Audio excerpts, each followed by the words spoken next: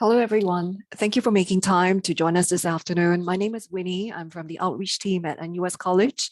We're going to be starting in about 30 seconds as we wait for the rest of the attendees to stroll in. We'll be back. Just hang on tight. And while we were doing that, do remember that we will have our on-campus experience open house on next Saturday from 9 a.m. in the morning all the way to 6 p.m. We have a range of programs lined up for you, from sample classes to talks, as well as fireside chats, campus tours, etc. So do make time to join us again on next Saturday if you're in Singapore. If you're not, then you might want to check out our IG account or Facebook account for more pictures and more stories about what's happening on campus at NUS College next Saturday. All right. So without further ado, I'd like to start today's session. And once again, I said, hey, thank you and good morning or good afternoon or good evening, wherever you are. So it's bright and sunny here at UTown. That's where I am right now. Of course, today we've invited our faculty members as well as 2 students to join us. So I would like to remind you that there is a Q&A feature at the bottom of your taskbar. So if you have any questions during this next 60 minutes or so, do type them in and we will be in the background trying to answer your questions. If not, it will be answered live. And then, so next, I'd like to introduce today's speakers. So first of all, we have Professor Daniel Goh. He is our Vice Dean for Special Programs. You should be able to see him on the screen. Prof. Goh. Hi, hello. Yes, so he is the Vice Dean of Special Programs. That is where the impact experience, the global mentoring, as well as the global experience programs under. And then I've got next, I've got Kelly Simmons. Hello, I'm Kelly. Yeah, that's her. She's really energetic. She's always around here. And then I've got Sean, Dr. Sean. Hello, everyone. Yeah, I'm Dr. Sean Lin. Yes, he'll be sharing with you on Stockholm later. And then, of course, we have Dr. King Kun. Hey, hello, hi, everyone. I'm King Kun. Yep, so you'll be hearing from them shortly after the intro from Prof. Goh. And of course, we have Teresia and Ziv, and as well as Cheryl with me from Outreach. We will be here with you for the next 60 minutes. So right now, over to you, Prof. Goh. Thank you. Hi, everyone. So I'm going to try to answer this question. How can experiential learning change the world? Right. So I'm just going to show this slide. I'm going to kind of explain my role in NUS College. I'm the Vice Dean of Special Programs. So I'm in charge of special programs. And there are 2 important special programs that you need to know. There are actually 3, and I'm not going to mention the third one until maybe later in the questions. All right, in the question and answer. The 2 are the Global Experience course and then the Impact Experience projects. Right, the Global Experience course brings you to a 1-month immersion, cultural immersion, social immersion, business immersion, right, and arts immersion sometimes, let's say in Paris and in Tokyo, right, to different global cities around the world, including 3 in Southeast Asia that we are planning for. And what this does is that it is also an independent study module where when you get to research on something in the city. All right, Dr. Sean Lin will talk a little bit more about the GEX course. Now, what I'm going to focus on actually is the IEX projects, all right, because this is a capstone project work that all NUS College students will have to do. And it is motivated by service learning. And I think those of you who have been through the Singapore schools, you'll be very familiar with service learning, right? You have to do community projects and you will have to write journals and reflect and do various volunteerism, outreach to different communities and to help the underprivileged and whatnot, right? So service learning is in some ways the original motivation, right, for the impact experience projects. Now, for all students coming into NUS, you have to complete a general education, communities and engagement pillar. All right. And this what it means is that in NUS, throughout NUS, wherever you are, whichever faculty you are, you will have to fulfill 1 semester of the C&E pillar. Now, the difference in NUS College is that you fulfill the C&E pillar, the communities and engagement pillar, by doing a 2-year impact experience project. All right. Now, what is service learning, all right, at the university level, right? So basically what is happening right now is that all students have to do service learning at NUS, right? And through the communities and engagement pillar. Now, I'm just going to show you this certificate that I received when I was an undergrad in the late 1990s, right? And it's a certificate of appreciation from NUH, right, in recognition of my volunteer work. And what I did was to hook up with the hospital and gather a group of fellow students and classmates, and to teach underprivileged patients, all right, who are coming in and out of the hospitals, especially those with chronic problems, such as having to do renal dialysis. All right. It was a very fruitful 3 years I spent volunteering and helping, especially one student that went from failing his secondary school, failing his N-levels, was going to fail his N-levels, to managing to enter into the Polytechnic, all right, to do a diploma, all right. And what I learned from that service is that, you know, my presence was really just enough, right? I wasn't trained as a tutor, but I went in with assessment books, and I just went through the assessment books with him while he was in hospital or at home where he was recuperating from his dialysis, from any other treatment. And that presence was enough to motivate him, right? And he had a very strong will, and he managed to, you know, get himself a good grade for his N-levels, and then he went to do his diploma, right? So it was a very fulfilling experience for me, and I learned a lot from it. Right. And what one of the key things I learned about is that, you know, actually a lot of it is not me helping someone else. It's actually being there so that that person can help himself. All right. And then that's what happened. Right. Now we actually do have something similar now in NUS, which is called Teach SG. It is organized by the Office of Student Affairs. And what they do is they hook up with MOE, and they will gather you as tutors to teach at the different schools, right, for underprivileged kids. It's a very structured program, and you also get to choose whether you want to take a course and fulfill the general education communities and engagement pillar, right, while you are doing the volunteer work in NUS. Right, the aim is to reach to about 1,000 students in a couple of years. All right, where 1,000 students will be taught by NUS students. All right, so that's the motivation and the background, all right, of the impact experience projects. Now, when I came back from my PhD, I became a professor.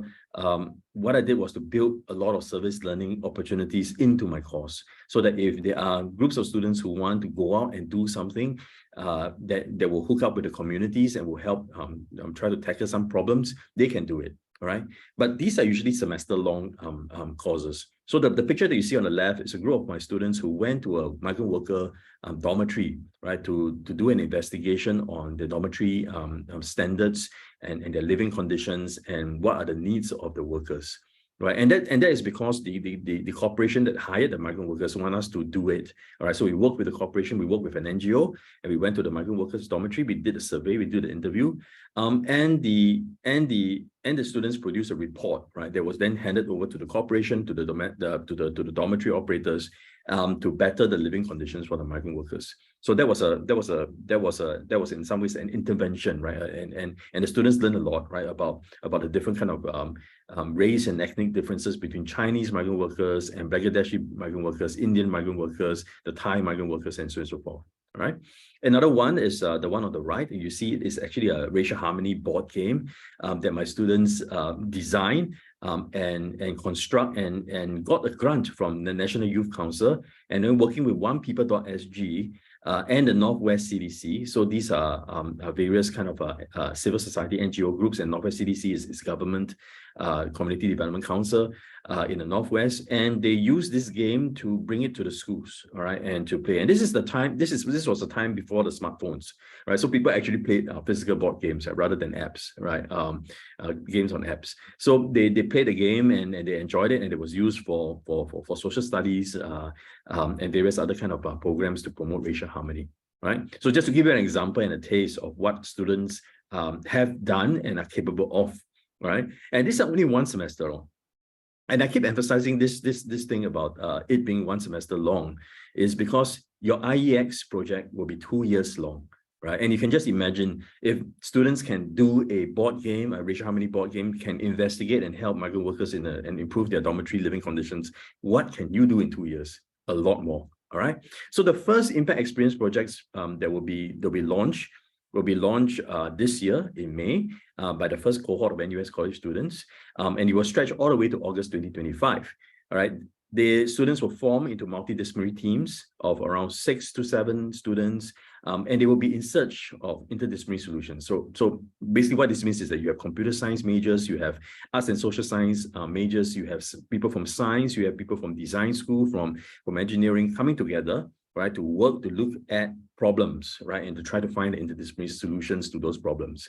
They will work with communities, and working with communities and also their institutional partners, meaning NGOs or government or local authorities, municipal authorities, and so on and so forth. Scope is Singapore and Southeast Asia. So we're not limiting students to Singapore. We are asking students actually to branch out and go to Southeast Asia if they can. So we have a group of very entrepreneurial and intrepid lecturers, right, who already have a lot of roots and engagements with communities in Southeast Asia, in Philippines, in East Malaysia. Kenkun will talk a bit about that. And in West Malaysia, in Indonesia, in Thailand, in Cambodia, and Vietnam, right? And at the end of the 2-year project, we will gather everybody and they will have to do a art piece, all right, a performance piece. It can be poetry, it can be short stories, it can be photography, exhibition, it could be a dance, right? And we'll do an impact festival where we'll celebrate the community voices in UTown, all right? So that's in the works. All right. So the impact experience projects is supported by impact grants. So we'll be giving out grants to the students to do their projects, right? And we will open possibilities for collaborations with different NUS faculties and centers. Now, what I mean by that is that if a student, for example, a team of students encounter, for example, an engineering problem and they don't quite have the engineering expertise, they can approach NUS CDE, the College of Design and Engineering, and look up and consult lecturers or look out for final year project students who might be interested in working to collaborate and working on some projects together. For example, on water treatment or any other similar kind of engineering projects. All right. Okay. You'll be supervised by dedicated lecturers and advised by creative practitioners for the Impact Festival. Assessment-wise, what we're going to do for impact experience projects is that we will assess you on your preparation, your proposal, your reflections, your milestones, and your creative performance. And I just want to emphasize this here in order to kind of show you that what we are doing is very holistic, right? Our assessment is very holistic. It is not about the success, right, of the project itself, but your learning process, your experience. And that's why it's called impact experience, right? Your experience of learning, right, through working on the projects together with your group mates, right?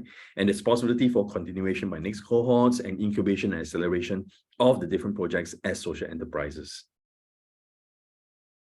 All right, I'm going to show you a couple of videos.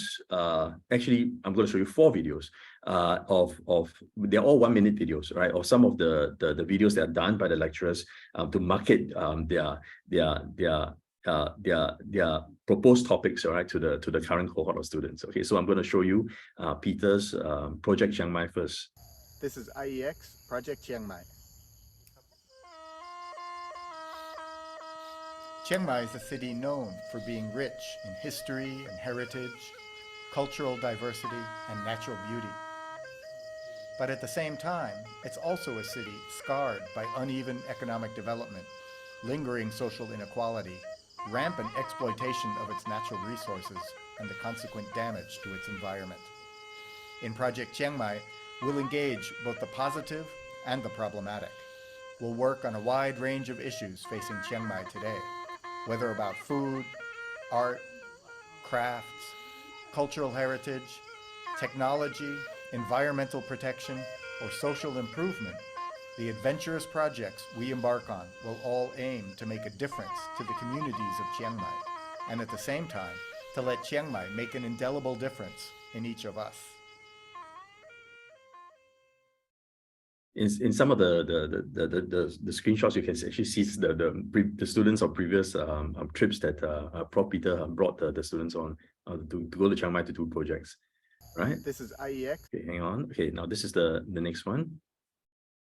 It's by Siang, right? Siang is a curator at NUS Museum, and she's also a residential fellow at Cinnamon. She also is an adjunct lecturer. Climate, urbanization, economic limitations. These are just some of the factors that challenge communities' abilities to preserve and transmit their cultural heritage. How do communities in the region creatively determine what is heritage and protect what is of value to them? How can we learn from heritage practices from communities from neighboring regions to inform our own methodologies? How can museums help communities in the work of conservation and giving access to the knowledge behind the cultures? I'm Chang Yuxiang, NUS Museum Curator and NUS College Adjunct Lecturer, and this belongs to us, our communities and heritage.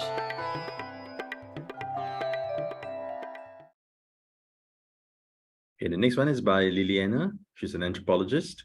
Hi, my name is Liliana Gill, and I'm a cultural anthropologist of technology. My work focuses on Brazil and its Global South connections. In my IEX module, Just Tech, Tools for Designing Technologies, we will use ethnographic methodologies and critical studies of science and technology to explore the social dimensions of technological development, use, and discard. So, among other topics, we will discuss inclusive design and innovation, data biases and democratization, the impacts of automation on labor, and electronics repair. The goal is to provide you with a set of tools and frameworks to design ethically responsible, politically conscious, and environmentally sustainable solutions for real-life problems. You may partner up with nonprofits, startups, and government agencies to create a new tech product, improve an existing one, or work in adjacent fields such as tech literacy and consulting. Hi. Okay, last one by Dr. Chi Han. If modern Western medicine is the one true medical system, why then do so many patients continue to consume herbs, poke needles into their bodies, meditate and pray to the gods? Hi, I'm Chi Han, a medical anthropologist at NUS College. I study the healing arts as social cultural systems. Medicine, just like other realities, is socially constructed and durable. In my IEX projects, we shall grapple with how the exclusion of communities from public healthcare, unregulated medical services, and risky self-medication behaviors are consequences of the interplay between the distribution of healthcare goods and healthcare cultures. Our objective is to investigate communal healthcare practices, interpret medical realities, analyze healthcare systems, and provide innovative and sustainable solutions to the healthcare threats experienced by communities in Singapore and the region. I'll see you around. So Dr. Jian is going to be bringing some students to Queenstown, right? Because we have the medical school has several projects over there, right, to help the aging population in Queenstown. All right, so just let me conclude by talking about how we change the world in different ways. All right, the impact experience projects and the service learning projects. People have asked me what's the difference between the impact experience and what's from service learning. Well, service learning is about structured volunteerism. You volunteer your time into an existing structure. But if you have already noticed, right, the impact experience, the IEX, is about autonomous structuring. That means we give you the autonomy to design new projects, all right, and new ways of doing things, new solutions, right? So it's supervised, but what it means is that you are the ones who are doing the structuring, right, of your service work. Service learning projects tend to have an intervention time frame. We intervene and then we get out, all right, of the communities, all right? So you leave the community, right, after the intervention. But impact experience projects, there's a life cycle. We think of beginning a project, in the midway, the different phases, and then continuation, right? It's more about the life cycle rather than just simply intervention and leaving. Service learning projects tend to reflect on service, but for us in the impact experience, we reflect on experience, right, and the learning outcomes more than the actual project outcomes. So in service learning projects, we evaluate outcomes, but in impact experience projects, we evaluate impact, which is a very different concept compared to outcomes. right? Service learning projects are easy to scale. You just have to expand the structure, bring in more volunteers. While impact experience projects are difficult to scale. And that is when we need to, rely on you students with, coming up with your different multidisciplinary knowledge frameworks to think about how to scale up projects. Right? Service learning projects will treat damaging symptoms, and those are important. It's like having a high fever, for example, is a symptom of a flu or a bacterial infection, but it can also be very damaging and can cause, for example, brain damage, right? So they are for treating damaging symptoms. But impact experience projects, they try to treat the upstream causes instead, all right? So what I'm trying to say with this final slide is to say that there is no one good way, right? We need both. We need service learning projects and we need impact experience projects to complement each other, right, in different ways. All right, thank you very much. So I'm going to end my presentation and I'm going to hand over to the next presenter. I think it's Kelly, right? Kelly, you share your slides? Yes, got it. 1 second.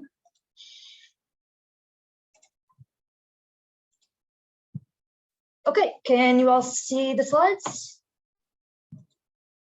Is that good? Cool. Great.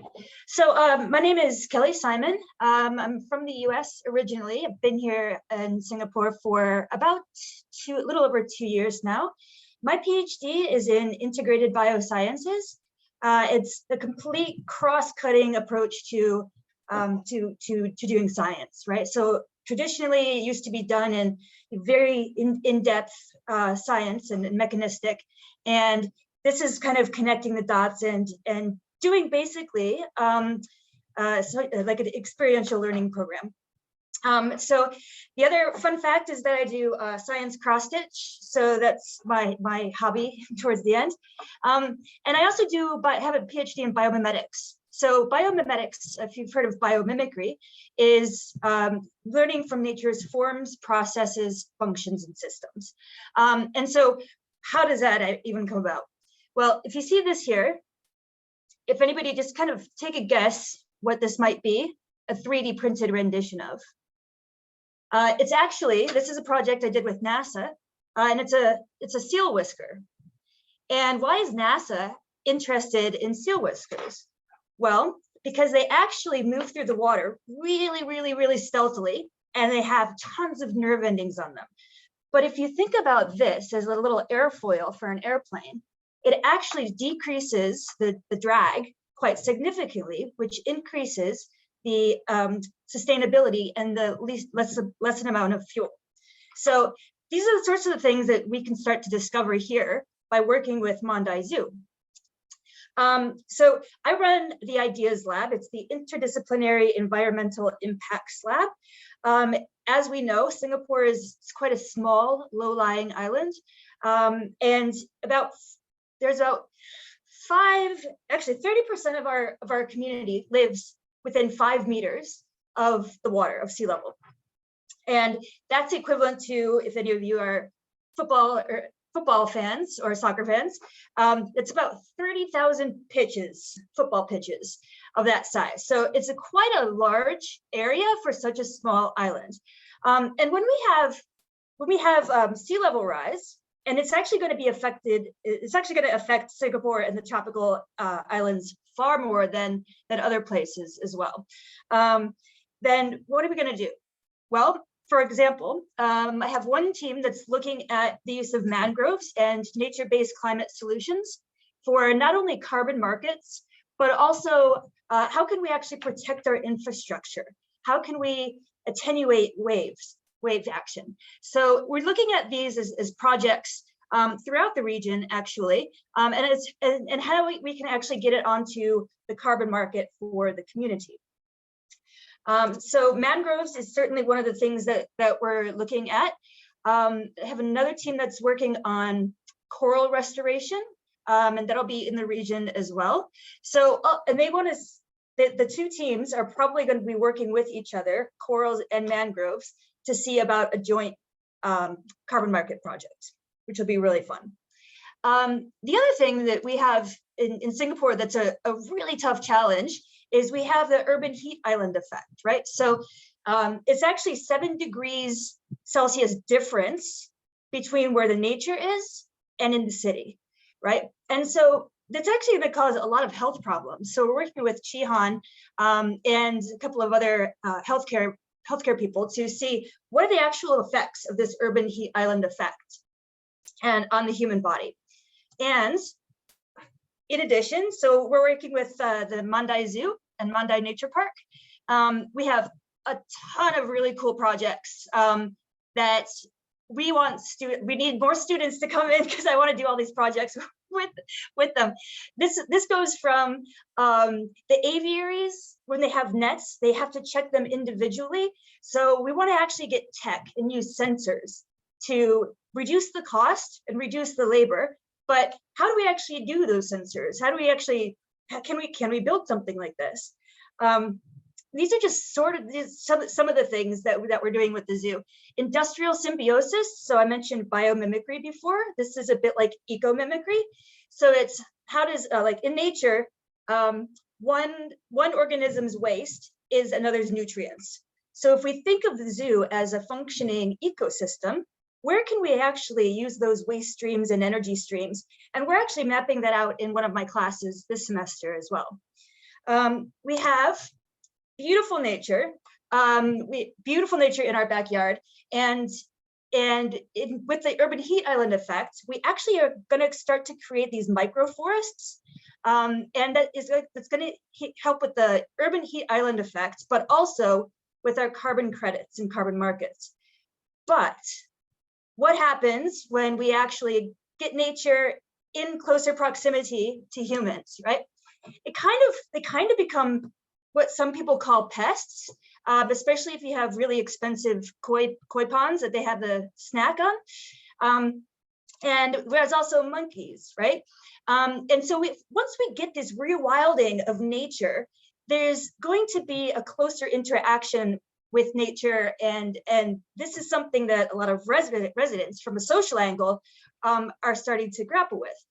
But with the zoo, we're actually looking to see if there are any benign and kind ways to be deterrents for these so-called pests, right? Because this is their home as well. So what can we actually do? Is there natural barriers that we can create? Is there sort of structures and functions that we can learn from nature to actually prevent monkeys stealing your snacks and from otters eating koi ponds? So this is just a very, very rough idea of the things that we do. We're also building bricks.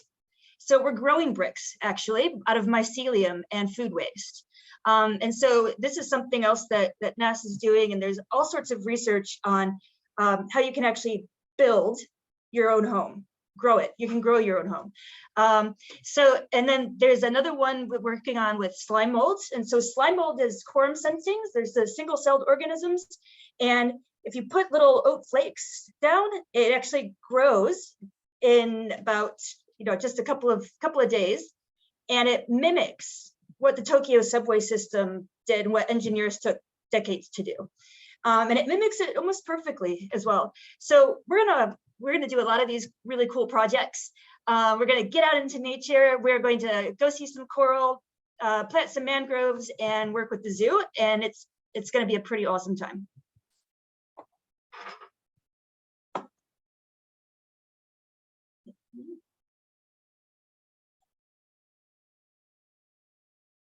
Trying to stop my slideshow here, stop share. And then I don't know who's next, but take it away.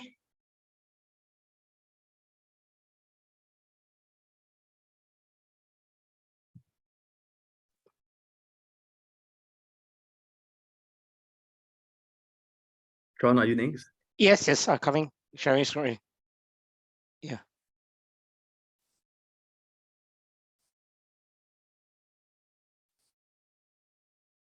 Okay. Okay. Sorry, hang on. I'm just trying to. Okay. All right. Can you see the slides?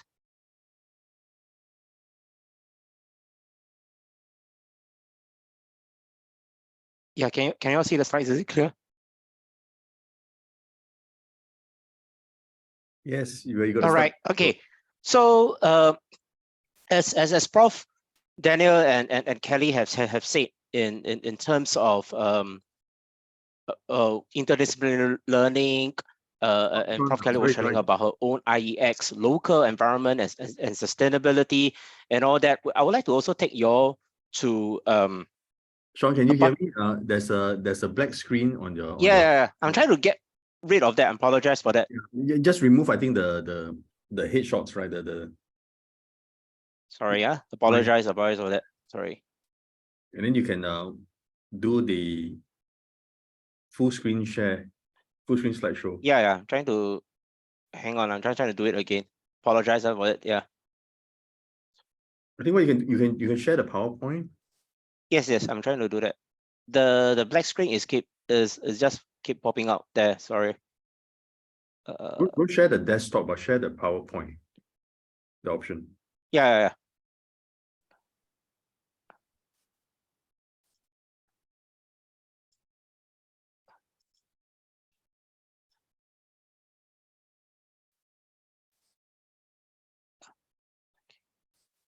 All right. Let me.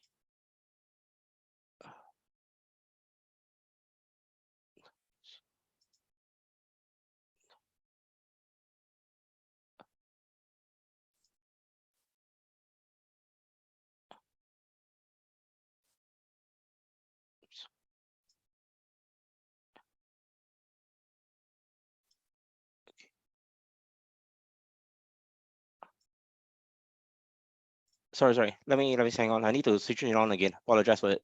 Sean, I think Cheryl can share the slides. Thanks, Cheryl.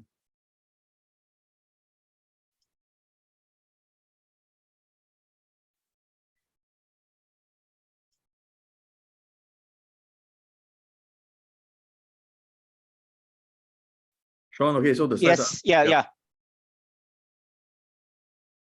All right. Sorry. There's a black screen in front of me. I'm trying to remove that. Apologize for it.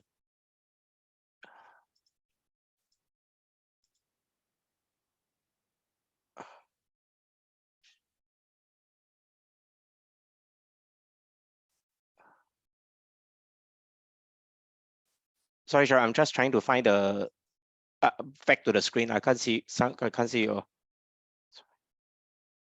You can't see anything, but we can see the slides. Yes. No, because there's a black screen in front of me. All right, so I can remember the slides offhand. So I will just explain. If you all can see the first slide, I'll just explain. So as Prof. Daniel have shared the overview of the programs in NUS College, and Dr. Kelly also mentioned in terms of impact experience and all that. I will shift our attention to the global experience program in Sweden. So as mentioned, and Dr. Kenkun will also share a regional IEX in Sabah. I would like to take you on the journey that is offshore, all right, off Singapore, in out of Southeast Asia, we go over to Sweden. And as Prof. Daniel mentioned too, there are several global experience programs in the that NUS College has arranged. All right, we're going to expand our Southeast Asia presence, and as of this year, we are going to launch in 5 cities, Stockholm being one of it. The others would be in Toronto, Canada, United States, we have New York, and also elsewhere in Europe, Paris and Tokyo in Northeast Asia. So each city is themed. We take on a particular team in where the lecturer has expertise in, and also it relates to the city's relative strengths. So in Sweden's case, where Stockholm and Sweden at large are known to be environmental leaders, not just within Europe, but globally. Think about the UN Environmental Conference all the way back in 1972, and then being very much environmental cautious in the 50s and 60s. They pioneered the first conference of it. And as of today, you would think of Sweden in terms of its leading sustainability efforts.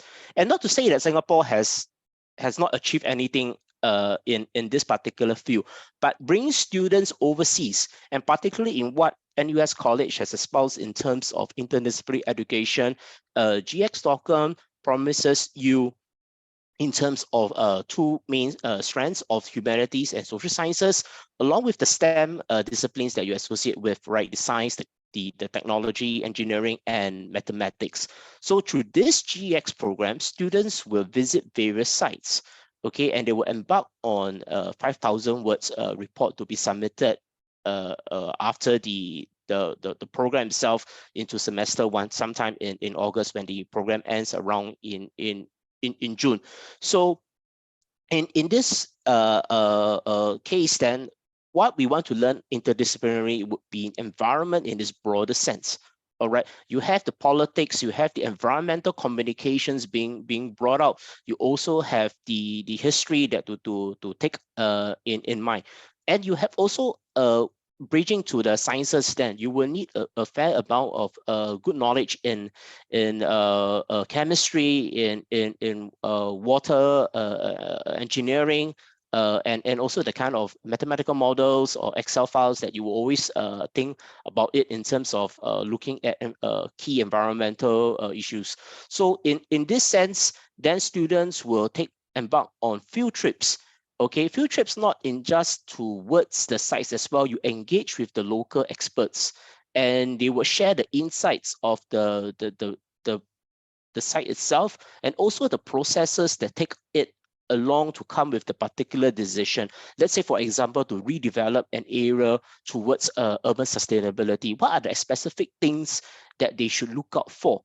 Right. So and also from there, students are able to reflect on them deeper in the case of looking at comparisons to this part of the world, particularly about Singapore, also in broadly where we're situated at in Southeast Asia. Now, could we move to the next slide, please? So in the next slide, there are several pictures, all right, over there. So in the top left, you would see a building, some trees, and all that would be the Western Harbour in Malmo. So for this pilot batch, I will be bringing students to Malmo for a week. That will be the south of Sweden, okay, before we move to Stockholm, the capital, for the last 3 weeks. So also I want to say that fellow lecturers and I, occasionally we will tweak things. It won't be this same thing 100% for in and out for all the subsequent badges. So we will tweak things around. Sometimes we will visit new sites. All right. So next year's batch too, maybe I will consider Gothenburg, but along with Stockholm. So on the top left, you see the nice housing units, like a nice garden in front. What if I would have told you that would be that was actually an industrial harbor in the 70s and 80s, and then Malmo as a city redeveloped an area to explore it as what we think of today, a mixture of residential and office spaces in this particular cases. And they also took the efforts to do this kind of urban sustainability in terms of how they dispose their trash, and also in terms of the sustainable use of materials, occasionally at times also how they design the balconies. I mean, considering this is a country that has 4 seasons too, how to you're able to retain heat in the winter and also to dispel the heat quicker during the summer. So on the right, you will see a scaled model. Some of y'all might be familiar if you were to go to the URA gallery, I think recently renovated, where you see the whole 3D model of Singapore. So in this one is the Royal Seaport of Stockholm, mainly the Central East area. This is also an area that is picked to redevelop from its past identity as a more of a coal mining and processing zone.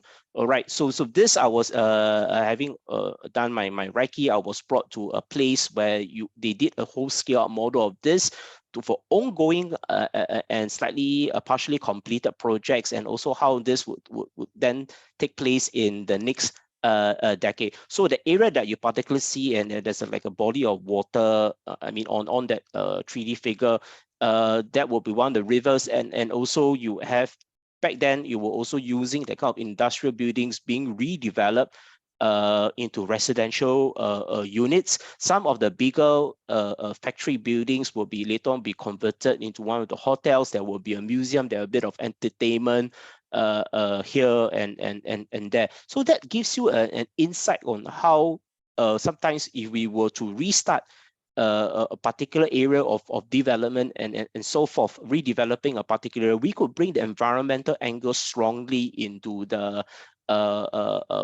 place processes of trying to take on a new identity. And what I meant by also drawing links back to home, back to West Southeast Asia, where I put in the greater southern waterfront. I've already a few students already expressed interest in urban sustainability. So for example, in this kind of new projects that Sweden has done or has ongoing, particularly in Royal Seaport at the top right, they could contrast it with our great southern waterfront development as well. Also, we should take on similar vibes in a sense that we clear our central port, we move our port into a mega port in the west, in Tuas, and then we use that particular area to explore a certain office expansion of the CBD. We also going to have public housing over there. Partially also, it could complement the super rich places like we see in Sentosa Cove. So these are the opportunities then to bring into the picture of the environmental and sustainability modes of production and maintenance and so forth. How is it if we were to clear the trash? Say, for example, in the Royal Seaport, the buildings over there actually have a very unique way of getting rid of the trash, where if you throw it into the bins, all right, you actually have a very strong vacuum system to bring it to a central sewage and waste place for further processing. So this is to reduce the number of trucks and manpower deployed. Okay, so this is something actually students could also reflect whether this could be replicated in Singapore or partially, where also much of our our trash are cleared 24/7, largely by migrant labor. So this is what I'm talking about, the science, and also you have the kind of the social science involved in this particular sense. And this is what students, okay, beyond GX Stockholm, but also in other GX modules, we want students to feel it, to experience it, to talk to the experts involved on the ground, to find the nitty-gritty behind the scenes stories, and also bring it to their own research and also their own reflection points. Yeah, so thank you. Yeah, the context for that is that Dr. Sean is also an IEX lecturer, right? And some of the students, who will go on a GX Stockholm can also be learning. Yes, you could sign up for do a GX Cambodia as well. Yeah, and they will bring students to look at waste management issues in Phnom Penh, Cambodia. Yeah, so then they will come back to Southeast Asia and they work with IEX with him as a supervisor. Okay, next we have Ken Kun. Ken Kun, go ahead. Hey, hi everyone. Okay, let me share my screen.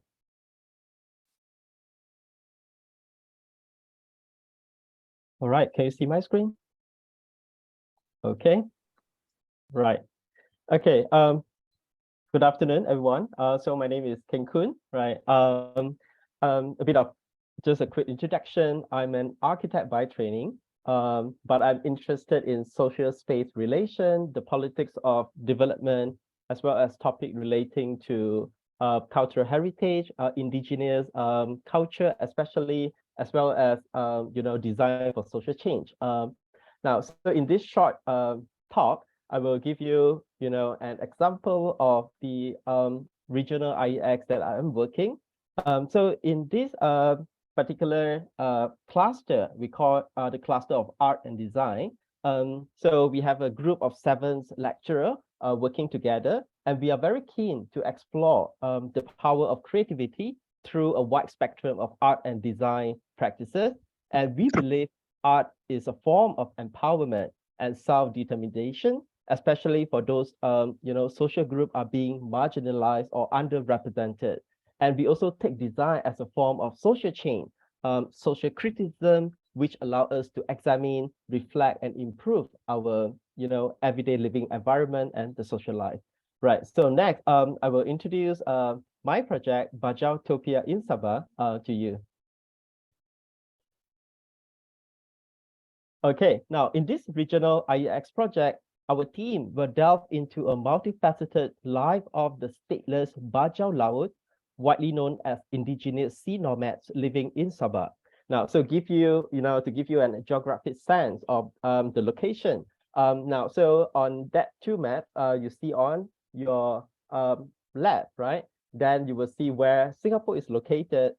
Then over there in the middle of the map, you will see a Borneo island, which consists of Malaysian Borneo and Indonesian Borneo, Kalimantan, right? Now, so then you see a dot where Sempurna, Sabah is located.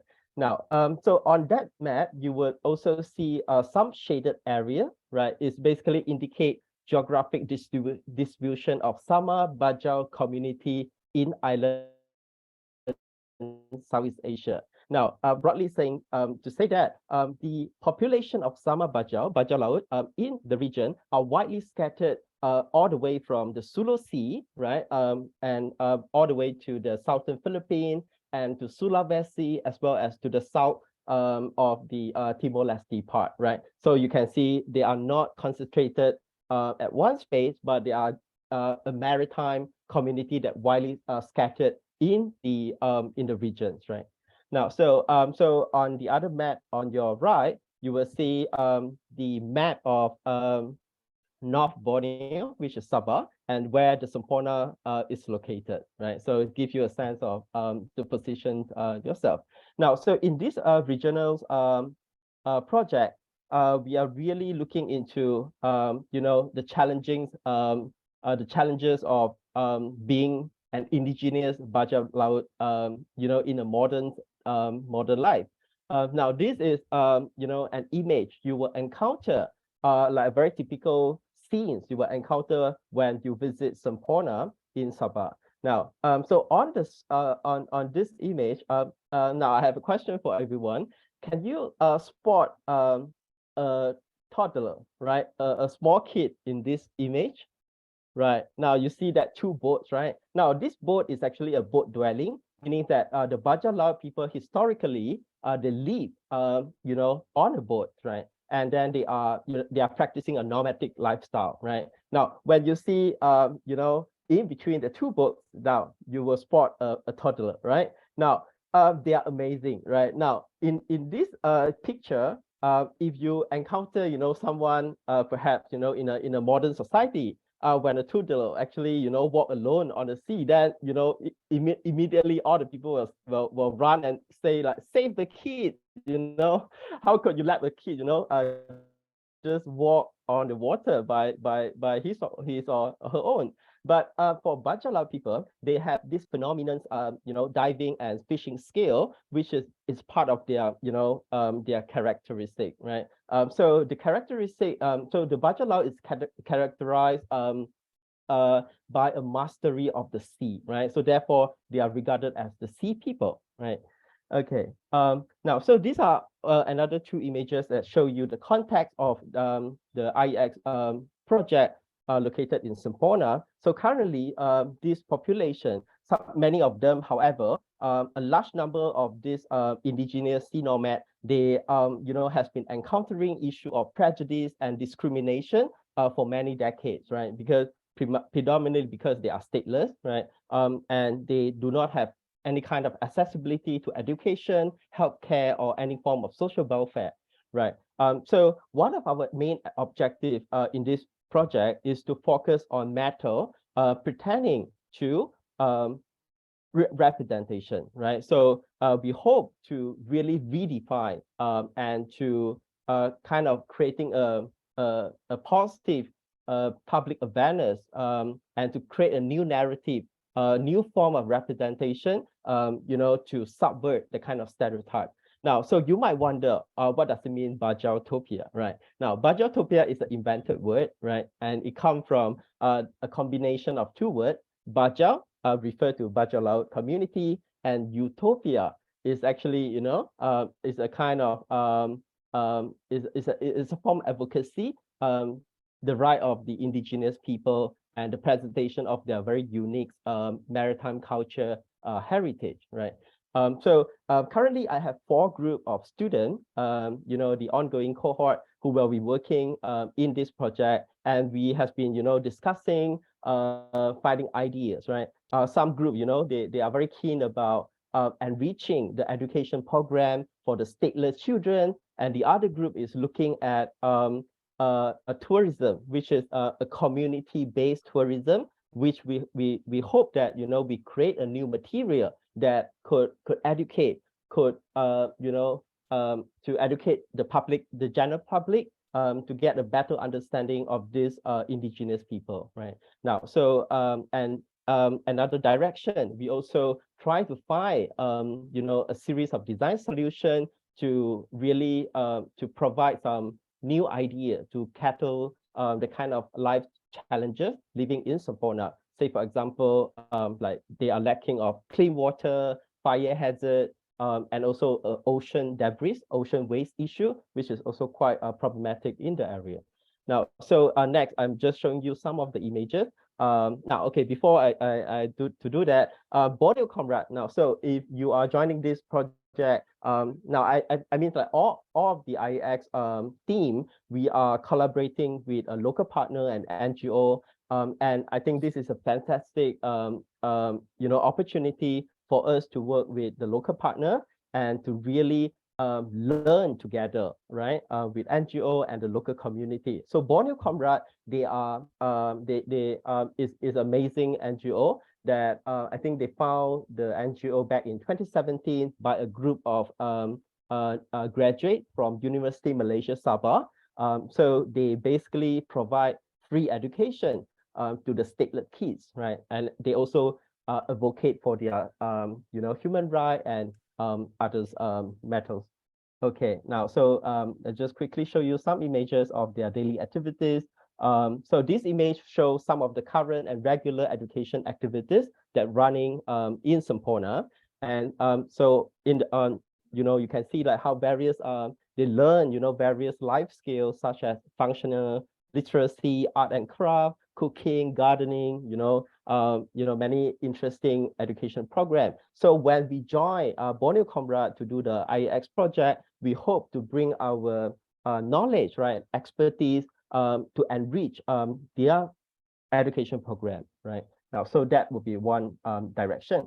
Now, secondly, we are also very keen to document, to learn about the traditional knowledge, the indigenous traditional knowledge of the Bajau Laut, and the material we co-collected and co-created with the community. And hopefully, at the end, we will be able to turn into a gallery, right? A mini museum or a community gallery.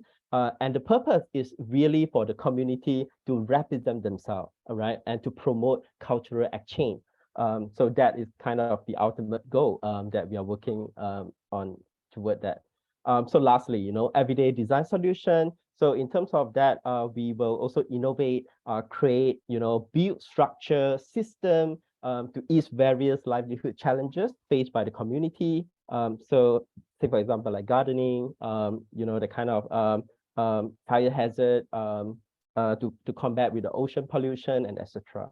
Now, so I think lastly, I would just end my presentation with an insight that actually wrote or reflected by Carol Warren back in 1983, right? Published in 1893, which I found is still relevant and remain unresolved today, right?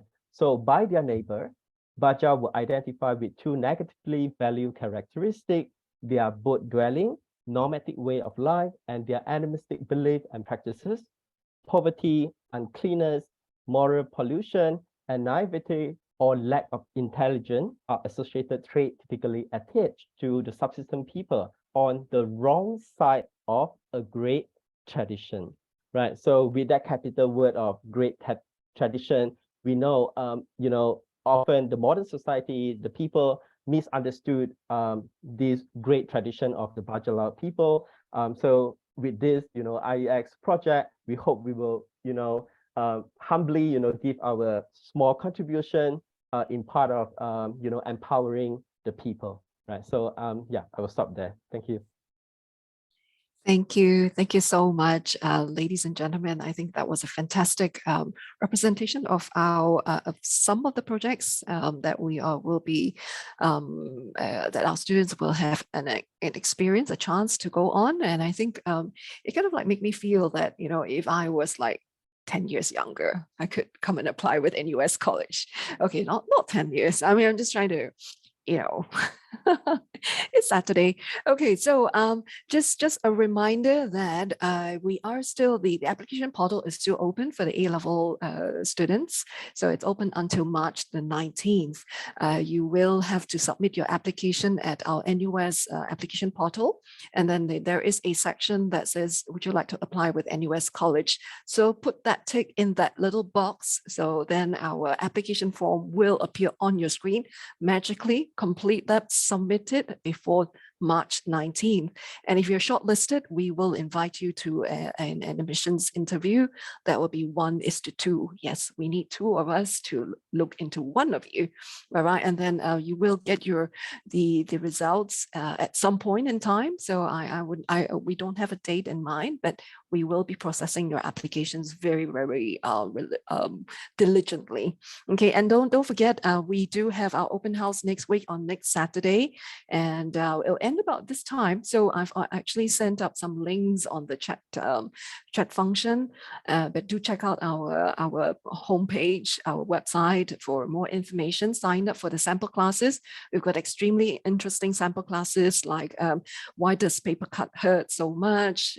We have outdoor classes as well, where we will look into the insects, we'll be collecting water from the pond, etc. But I think before we wrap up, I think maybe we'll have one question for, say, the students. They've been very quiet. Maybe we should bring them back in, you know, because I see that some people are saying that, oh, I want to meet Kelly because I wrote that you'll be there, you know, at CTPH next week. So can I join her program? You know, so maybe we could hear from our students who are going to be going on them. I mean, they probably already start thinking about which clusters, local IEX or international IEX. Maybe they could kind of like share 2 sentences on what do they think they'll be doing, and of course, how would they return back to our society? Yes, one of you, take it away. Okay, I can start. Hi, everyone. I'm Ziv. I'm a year 1 PPE student in NUS College. So for me, I'm not doing a regional IEX. I'm actually doing a local IEX. And as Prof mentioned just now, the group is comprised of like people from different faculties. So for my group, we have 3 from the Faculty of Arts and Social Science and 3 law students. So our project is currently targeted specifically at low-income medical patients, and in particular, the undereducated, the foreign domestic workers and migrant laborers. And basically, what we wanted to do was to increase their awareness of their access to health claims. So we want to work with a system. We want to propose a system such that our patients can gain legal advice on the medical claims after they experience certain incidents, like in the workplace, for example. And our proposal involves getting pro bono lawyers to be attached to hospitals, and our role would be to gather information on different situations and advising on possible claims. So that's what we have in mind so far. Yeah. Okay, great. Then just gonna bring Theresia back on screen.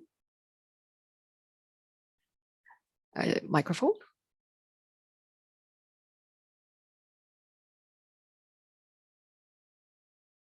It's Saturday, so we do expect some tech issues.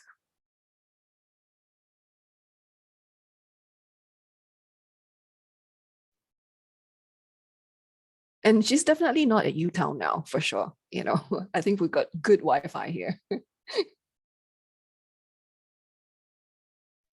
Hi, I'm actually a year 3, so I won't be part of this IEX thing, but I've heard so many things, so many good things about IEX because I'm a residential assistant of a lot of the year 1s. So I've been hearing them talk about going to some of the regional IEX, listening to how they want to give back to the community, and it's really an amazing opportunity that I wish to do it, but I'm a bit old, I'm year 3, so yeah. But I look forward to what the year 1s will do with the IEX. Well, okay, at least I've got someone with me, too old to be in this program. Okay, well, I think I do have one more question, and I think this is to help the students, prospective students who are not in the program, because I think what we do here is like, oh, I'm a science student, so what I'm going to do with all these writing classes that we've got, and they're compulsory, they're foundational courses. So from a faculty perspective, what is it like? Because you've got this melting pot in the class, you've got law students, you've got humanities students in class, and science, very geeky ones in there. So how do they perform? How is it in class? As you conduct a class, and of course for the students, how is it like, sitting in a class with people from all walks of life and training? Anyone? I'll go.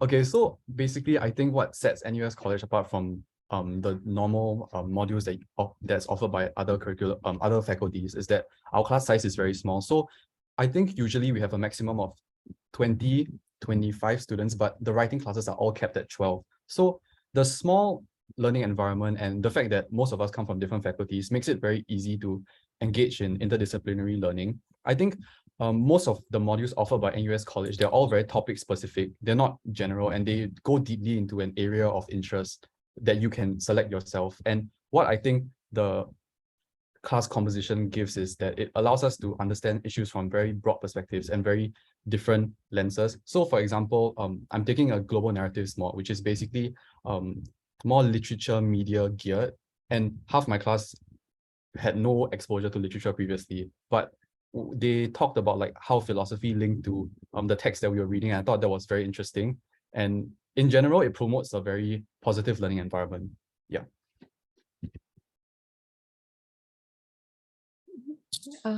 Faculty, anyone?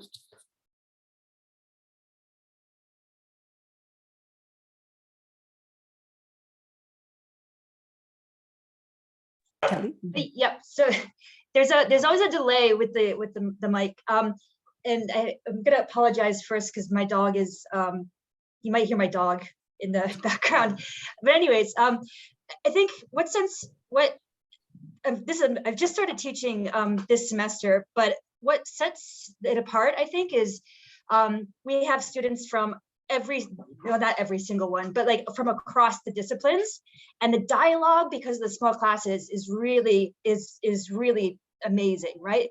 And I think I've learned about more from the students than they probably have from me as well. So I'm teaching a class called Rethinking Sustainability in a Green City. And we've had excellent conversations, and kind of but the syllabus went off the rails a little bit just because they were so interested in these other topics that we were talking about. So we tacked along and really went into what the students were interested in. And what I really enjoy, the best part about the students, is that at the end of class, usually there's a group that hangs around for about half hour to 45 minutes, and they just want to keep talking and chatting. So I stay after class, even though it's an hour and a half class. We get a little bit more reading and education done. And yeah, it's a really dynamic group. So we've got the classroom setting, and then we've got these really kind of dynamic spin-off conversations. And they all have my phone number, so they all have Telegram and WhatsApp chats. They can contact me whenever if they have any questions. And it's a really engaging and fun environment. Jabs approves. I think your dog wants to speak as well. Well, maybe you can bring him on next Saturday. And I guess that's all the time we have. And thanks so much. Thank you so much for spending your Saturday with us. All of you who are either here in Singapore or overseas, as well as, of course, our faculty members and our Vice Dean, Prof. Goh, and my colleagues and students. So do remember, join us next Saturday. Once again, make a date with us. Our talks are all located over here at the dining hall, Cinnamon and Tembusu dining hall, as well as we will have a talk at 11 o'clock, which is at Auditorium 3 at CAPT, and then CTPH and campus tour from 10 o'clock to all the way to 5 p.m. in the evening. All right, so thank you so much. Have a good weekend. We'll see you on Saturday. Bye-bye.